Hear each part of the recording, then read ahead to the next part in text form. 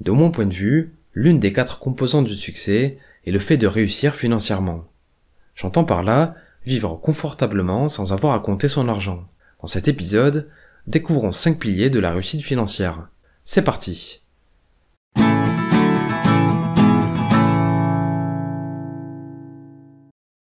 Une bonne santé financière offre une plus grande sérénité au quotidien.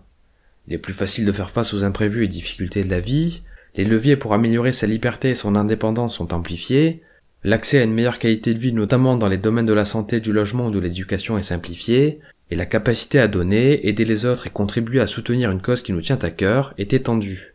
Selon moi, la réussite financière repose sur 5 piliers. Avoir un lieu de résidence où l'on se sent bien, se déplacer facilement en toute liberté, maîtriser ses finances pour vivre sans avoir à compter son argent, investir pour développer sa liberté financière, et gagner sa vie en travaillant sur son ikigai, / sa raison d'être. Détaillons ces 5 thématiques. Avoir un lieu de résidence où l'on s'y sent bien. Être en location, posséder sa résidence principale, vivre en montagne, de nature et d'eau fraîche, peu importe. Le plus important est de résider dans un endroit qui correspond à son projet de vie. Au quotidien, il suffit d'aménager un logement agréable qui nous correspond et d'œuvrer pour l'entretenir. Deuxième pilier, se déplacer facilement et en toute liberté. L'autonomie dans ses déplacements est une caractéristique de la réussite financière. Cela englobe des sujets très terre à terre, pouvoir se vêtir confortablement en toute saison et occasion, posséder un véhicule individuel pour se déplacer selon ses désirs, ou être en mesure d'utiliser tout type de transport à tout moment, train, VTC, métro, etc. Troisième pilier, maîtriser ses finances pour ne pas avoir à compter son argent. La gestion des finances personnelles se caractérise par 3 impératifs. Posséder une épargne de sécurité, maîtriser ses dépenses pour maintenir un niveau de vie modeste, mettre en place un système de gestion qui nous correspond et assurer son maintien. Quatrième axe, investir pour développer sa liberté financière. Une partie de la réussite financière revient à décorréler son temps de travail et sa rémunération. Cela se traduit par plusieurs principes. Développer des revenus passifs, protéger une partie de son capital, faire fructifier le reste que l'on est prêt à perdre, et faciliter ses investissements pour dormir tranquille et y passer le moins de temps possible. Enfin, le dernier pilier consiste à gagner sa vie en travaillant sur son ikigai.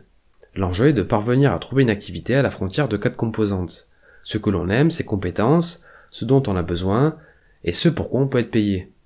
Les Japonais appellent cette philosophie l'ikigai, que l'on pourrait traduire par raison d'être. Certains parviennent à s'épanouir pleinement dans une profession existante. Pour d'autres, l'activité rémunérée idéale n'existe pas, il faut se la créer. C'est mon cas, et c'est ce que j'essaye de construire à travers l'aventure Mr. Fanjo.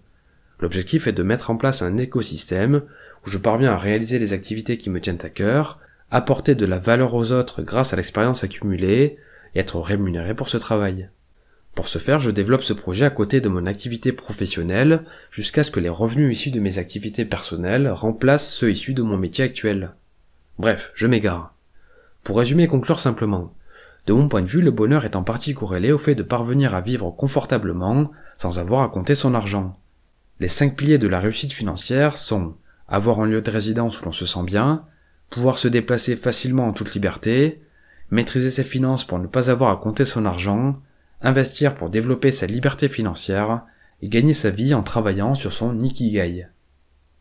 Merci pour votre attention, j'espère que ce contenu vous a plu. Si c'est le cas, je vous invite à le partager, à me faire part de vos questions, remarques et suggestions dans les commentaires. Pour finir, je vous invite à vous abonner à la chaîne pour être informé lorsque de prochaines productions paraîtront. C'était Mr. Fanjo, à très vite.